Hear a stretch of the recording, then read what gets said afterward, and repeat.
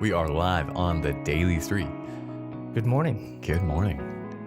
How are you doing this morning, David? Good. Good. Good. It's going to be a hot one out there. It is. It's going to be toasty. Should probably turn on the AC before it heats up in here. Look, in 2 weeks, it's going to be like a snowstorm. Sorry, folks, if we made the weather wrong for you. This will be the hot studio where welcome to the Daily 3 where we sweat it out. Yep. Yeah. Sweat it out and make it happen. Sweat it out. Make it happen, Captain. Well, we're both excited to get working, I think, today. So let's just... Yeah. Today's a good day. I feel like I have the excitement of a Friday morning. I love Thursdays. But it's Thursday. It's Thursdays amazing. are the best. So what, I suppose we do our recap first. What were your Daily 3 from yesterday and how did they go? Yeah. Daily 3 from yesterday were work on the website, work on the gospel commentary, and I forget the third one. And work on some coaching stuff. And I only did one of them. Nice. Which one? The website. Awesome. So, but I felt good about that. That's good. I realized this morning, this is the one thing I learned. I woke up this morning and I realized one of the first episodes we said productivity is a team sport. And I think yesterday was an example of that to me. How so? Because you proclaimed the gospel to me, or you reminded me of my identity and like my future hope of being with Christ, and how that has an impact on my life now. Yeah. Which made me more excited to do the work I've been called, or that I had for that day. So I thought, oh, I love that. Like I had never I connected productivity as a team sport because of us doing this. Yeah. But I think even on a deeper level, it's because we're supposed to be reminding one another of the gospel. Totally. So, Daily 3 for today are to, let's see here, this is being more specific for my website. Is awesome. Because we talked about this yesterday. I believe it was off the air, but sort of the idea of, basically I think I asked you something along the lines of, is the website this massive project that you need to break down more? Yeah. You know, like maybe the website is a quarterly goal and your Daily 3 regarding the website needs to be a lot more specific, like work on this specific page on the website kind of thing. Absolutely. So today, one of my goals is to write all the media queries. Whoa, I don't even know what that is. I know. What is a query? It's in the cascading style sheets, or CSS. All right. So to write all the media queries needed so the typography looks good on different screen sizes for the homepage and the article page. So that's my goal for the website. That's my first task. All right, nice. Yeah. I'm proud of you, man. You're breaking it down. Thanks, man.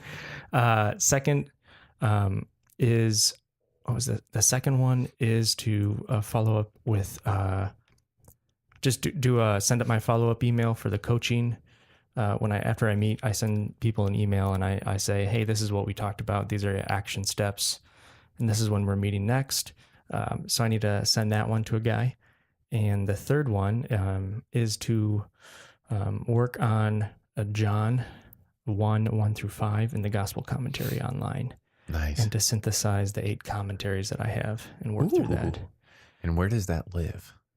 That lives on the web, on thegospelcommentary.org. And it's live. It's live. You can follow along with my work. And watch it be built. And see my updates as I go. In real time. Yeah. That's cool, man. Yeah. Yeah. So what about you? How'd yesterday go? And what are your top 3? Yeah. What are your daily 3? Yesterday was good. I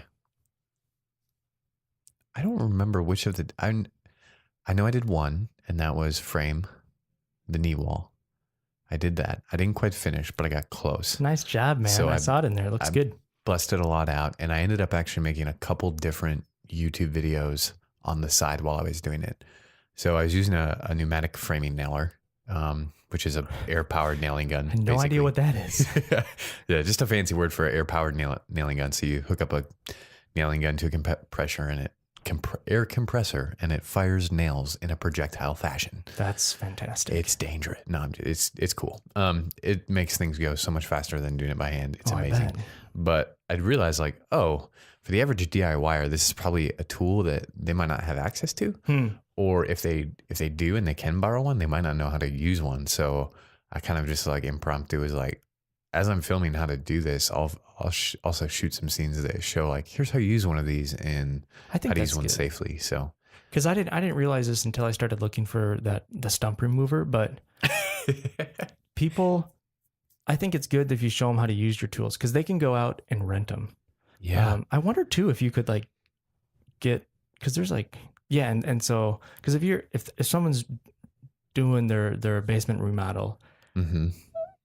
spending $100 to rent a nail gun is, I think, Yeah. is a lot smarter. So if you just show them how to use, I think that's really smart to do. Because I think I got mine for $3 something. Okay. It's a more there are cheaper ones out there, but it's a higher quality. It's a professional model. Sure. But that's what they'd rent though, if they go and rent one, probably. Yeah. So I think the I don't remember exactly what it is. I know it's between $300 and $400. The one I have, but it's amazing how fast it goes because, I mean, I was filming, but if I wasn't filming any of this and stopping to like do camera angles, figure that out, explain stuff, I could have probably put those 2 walls up in a half hour. Wow. Like it is so fast once you get set up. And then the other video I shot was, and I don't know if I'll actually end up making this or not, but it's basically like how you can measure, like people always say, measure twice, cut once. But from a like Mike doesn't measure at all. It just production standpoint. Well, sometimes you don't have to. You can actually like scribe and mark, which is usually faster, Sure. a little more, can be more accurate, and is often more efficient because every time you have to like take your tape measure out, you're adding a few seconds to a process. Which when you're doing a single room like a basement, it's not that big a deal. But if you're building a whole house, like that's going to add up over the course of the project. So if you can learn little tricks and get in the habit of that. But the other thing is like essentially it's figuring out how do you like measure twice and cut 10 times. So if you have boards that are all the same, there's like certain things that you can do. Yeah, exactly. So That's cool. So I tried some of those things yesterday and they actually went really well. And I was like, sweet, everything still turned out like plumb and level and square. And He's not talking about fruit, folks. He's talking about building tools. Plums. Yeah.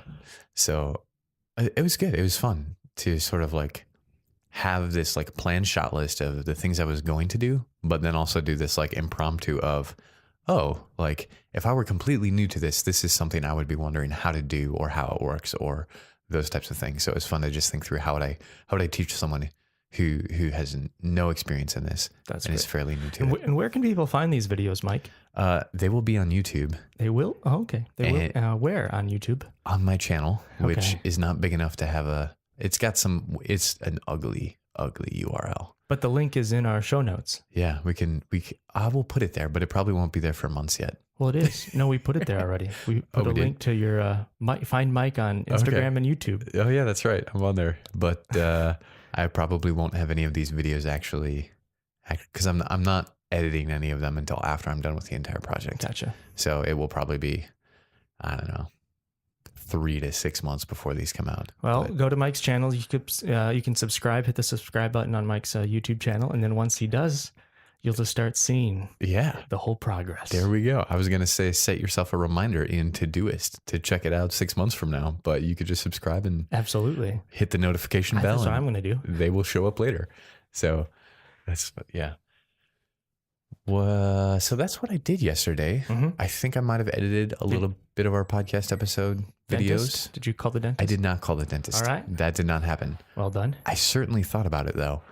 And then number 4, I can't remember if I talked about having a number 4 or not yesterday, but figured out some insurance stuff, which was good to do. I just love that you thought about it. It was like, yeah, that's not how you get things done on your list, but it's nice. It's this weird. So here's what happened in my mind. I was like, it's 8:00.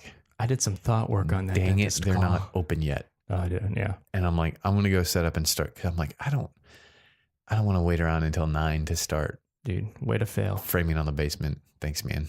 And then by the time I finished the basement, I'm like, well, it's 8:30. They're not open anymore. 8:30 at night. Yeah. Yep. Yeah. Not AM. I don't think you said a fourth one from yesterday, though. Okay. Maybe this was from 2 days. Anyway, it was something that I was like, as the day progressed, I realized this is probably important and I can make some progress on that. So sent some emails, figured some stuff out, coordinated on, just stuff I have to get my poop in a group to buy this business and figure out how to operate it. Nice, so man. it was good. Figure out some cell phone stuff, some other things. Yeah. And what about today? What are your daily 3? Yeah. Today, my daily 3 are to schedule a dentist appointment again. All right. The other one is I want to finish the knee wall, which I have a little bit to do. Nice. There's like this little section around an electrical box that or the electrical panel that I have to it's going to require some creative problem solving. So I'm going to spend some time, figure that out, make that happen. And then basically I hope to start roughing in electrical. Nice. Which is I am head and shoulders, knees and toes, knees and toes, knees. I wall. am so excited about this. Electrical. Yeah. I think these are my 2 favorite parts of a project of building is framing and roughing electrical. So I'm just excited to That kind of shocks me there. do this stuff. Really? No, I just was making a pun. Oh, okay. I get it. It's that's good. Why electrical? Because you need electricity for stuff. Well, yeah. Is that what you mean? Why is it one of your favorite? Oh, why do I enjoy it so much? Yeah. That's a good one. I don't really know. I think it's a little more, maybe because it was something that, I've never been taught how to do electrical. I just learned. I don't know how to, that might be a risky thing to just try and learn I would with. say so with electricity. Yeah, because it can probably kill you. But at the same time, maybe I have been taught electrical. I don't really know. My grandpa was an electrician for a while. He was a lot of things. Just got passed down to those genes. Yeah, it's all in the genes. My dad is a project manager for an electrical company. So I feel like I've picked up some stuff there. Yeah. And a lot of times I just call his boss with random questions. I'm like, hey, here's what I'm trying to do.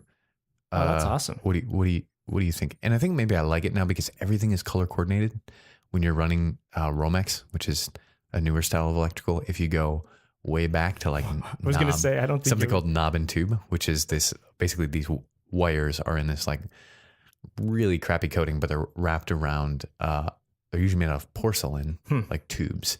So that's why they call it knob and tube. And Interesting. And they're basically this hollow tube has a nail and it's fastened into the wood in the wall. And then the electrical is wrapped around that. So it doesn't come in contact with anything else. It's kind of but it's all of the wires are black. So you don't know. You don't know what your hot and your cold are. Or only your one way to hot find and your out. neutral. Lick your fingers and grab on. Don't do that, Yeah, folks. definitely don't do that. So it's a little, and older stuff is just, it confuses me still. But I think with running. You got your meter? You got your. Yeah, my voltage meter. Yep, that's what I used to figure it out. But I think I like the newer stuff because it's fun. It's color coded. Yeah. And sometimes there's a little bit of just planning a layout as far as where are you going to put the outlets and why. And so there's different, there's a design aspect of it too, a problem solving aspect. One of the things, for example, that I always love to do when I'm running electrical is to put all of the outlets in a room on a separate circuit than the lights. That way, if you've ever blown a breaker,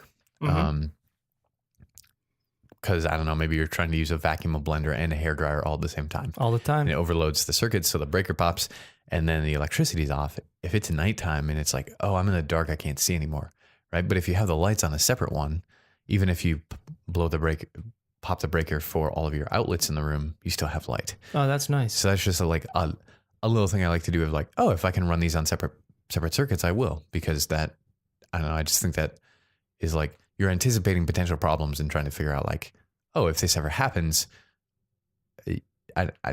So I think coming up with stuff like that is fun. I enjoy doing that type of stuff. Well, if you're interested in running a blender, microwave, portable heat, a toaster, and a podcast studio. Yeah. And want to still have lights on, come live in Mike's basement. It will be open for rent coming soon near you, and you too can enjoy the luxury of blowing the breaker and still have your lights on. So, So yeah, I don't know. I think when I need to be careful what I say.